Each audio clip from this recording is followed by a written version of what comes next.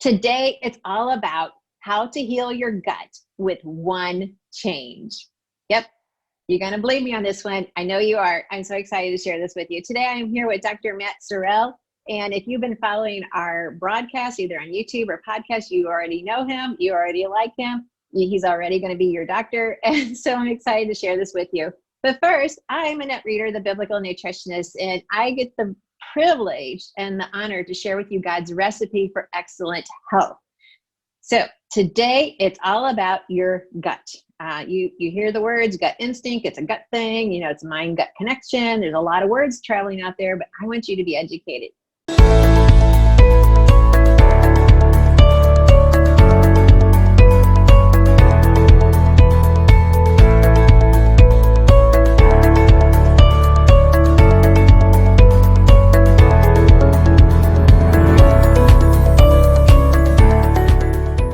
And today's talk is about something that I preach about all the time in the grocery store.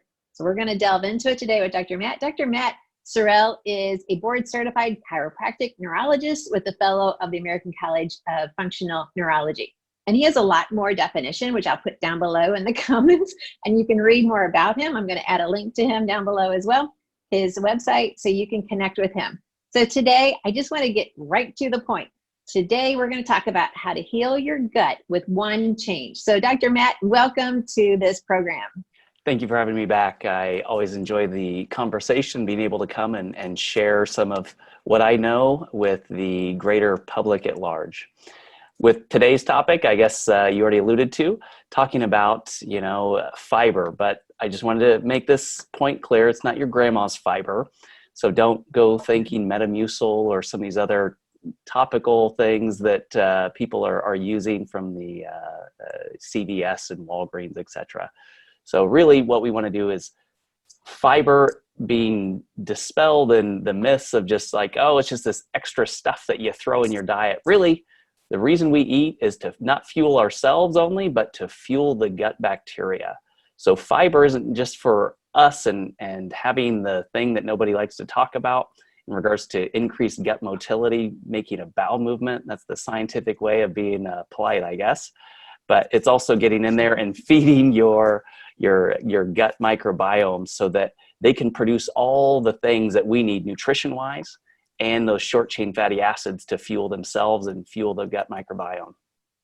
All right, so when I'm in the grocery store and I'm pointing out all these different foods that I want people to eat, I'm always pointing out the fiber. How many grams are we getting? Is this a good quality? Is it not a good quality? Because people eat cardboard and say they're getting fiber. Well, this is not going to work for you. And so I have always labeled myself as the queen of fiber. So I'm so glad we're discussing this. So tell us more.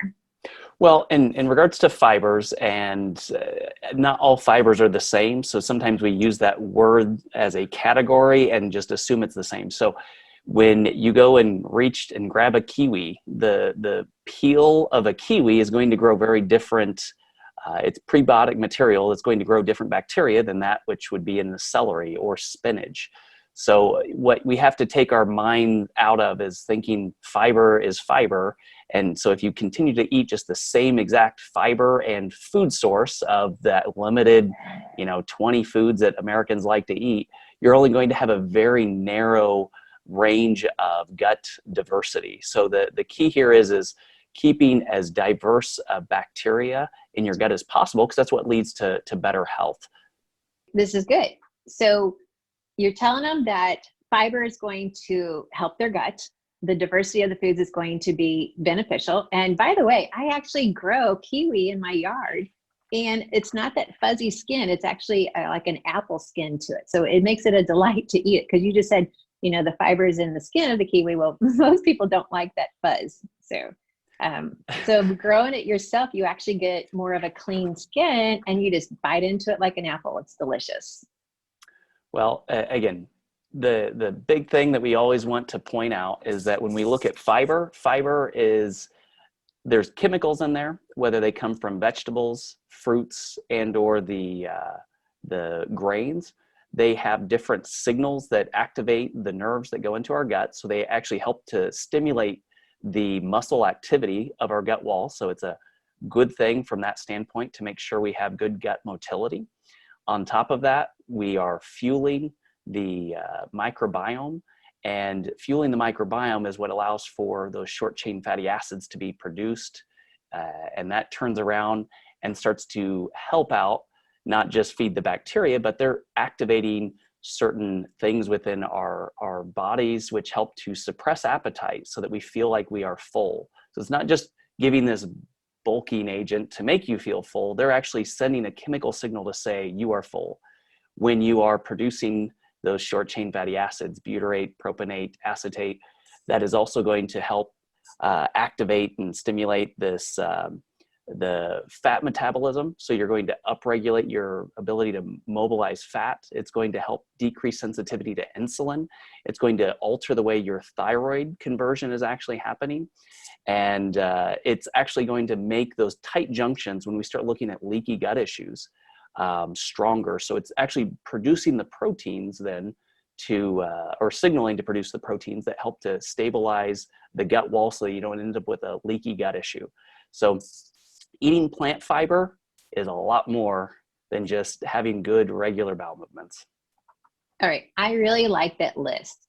And some people are like, oh no, I didn't get everything down that he just said. So we're going to put that list of all those benefits down below in the show notes and in the comment section down below, so they can grab that list, because that was really key. Because yeah, we think about fibers like, okay, you know, for years I would go to Weight Watchers and they're like, oh, just eat lots of fiber, you'll feel full. Well, what you're telling us though, which I've learned as well, is that the fiber actually creates a sensation that says, you know, you're not hungry anymore, you know, and that's the fact that it does that shows even more how God created our foods to heal us. And you know, I don't think you're going to get that from that Metamucil. You're not going to get the same effect as you do from food. Metamucil is not going to talk to you in that way. It talks to you in other ways, but not through that way. So. Yeah.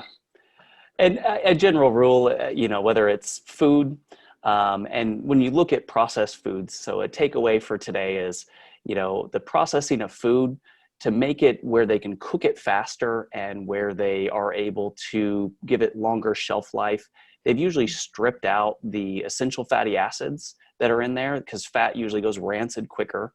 And then two, it's also, they take out the fibers that are in a food when they're putting something up there on the shelf, just so that they can cook something quicker.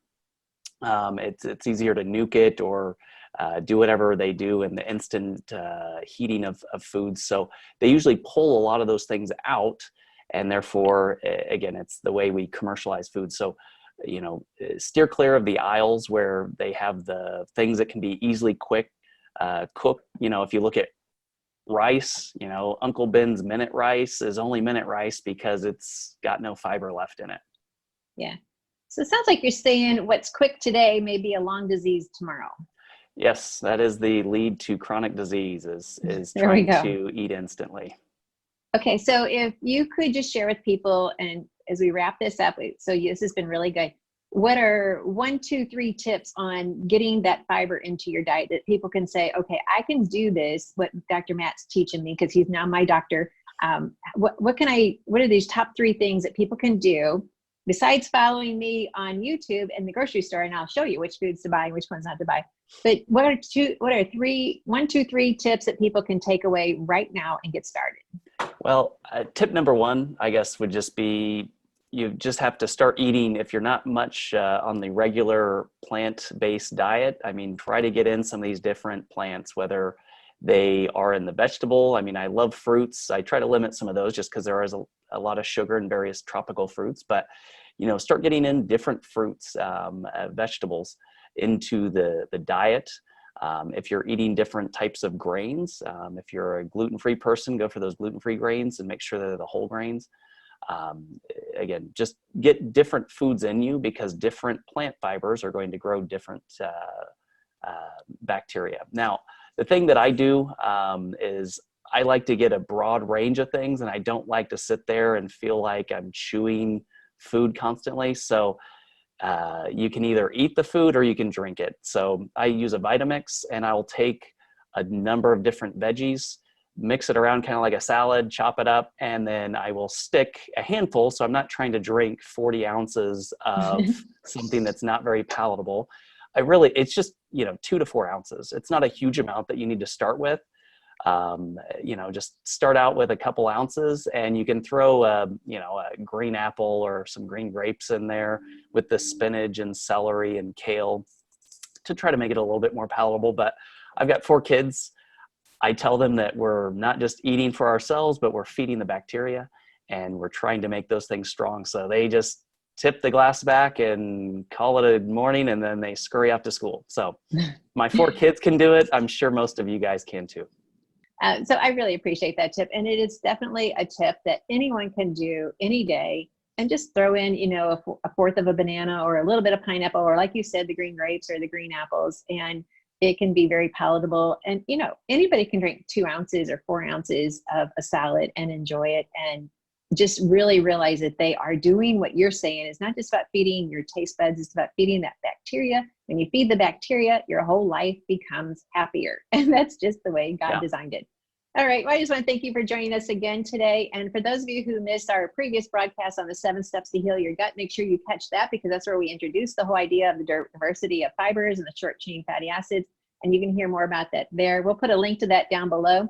And in the meantime, be sure and put in the comments what topic you want us to answer. If you have any questions about this topic, we really want to hear from you, so that we know we're delivering to you a buffet of information that's important to you. Now, we know what we think you need to know, but we need to know what you think you need to know. That's what we want to do here. I'm a net reader, the biblical nutritionist. Be sure and hit the like button and subscribe so you can keep notified every time we post new videos and new podcasts. Thank you for joining us. And Dr. Matt, thanks again. And we'll put your link down below as well.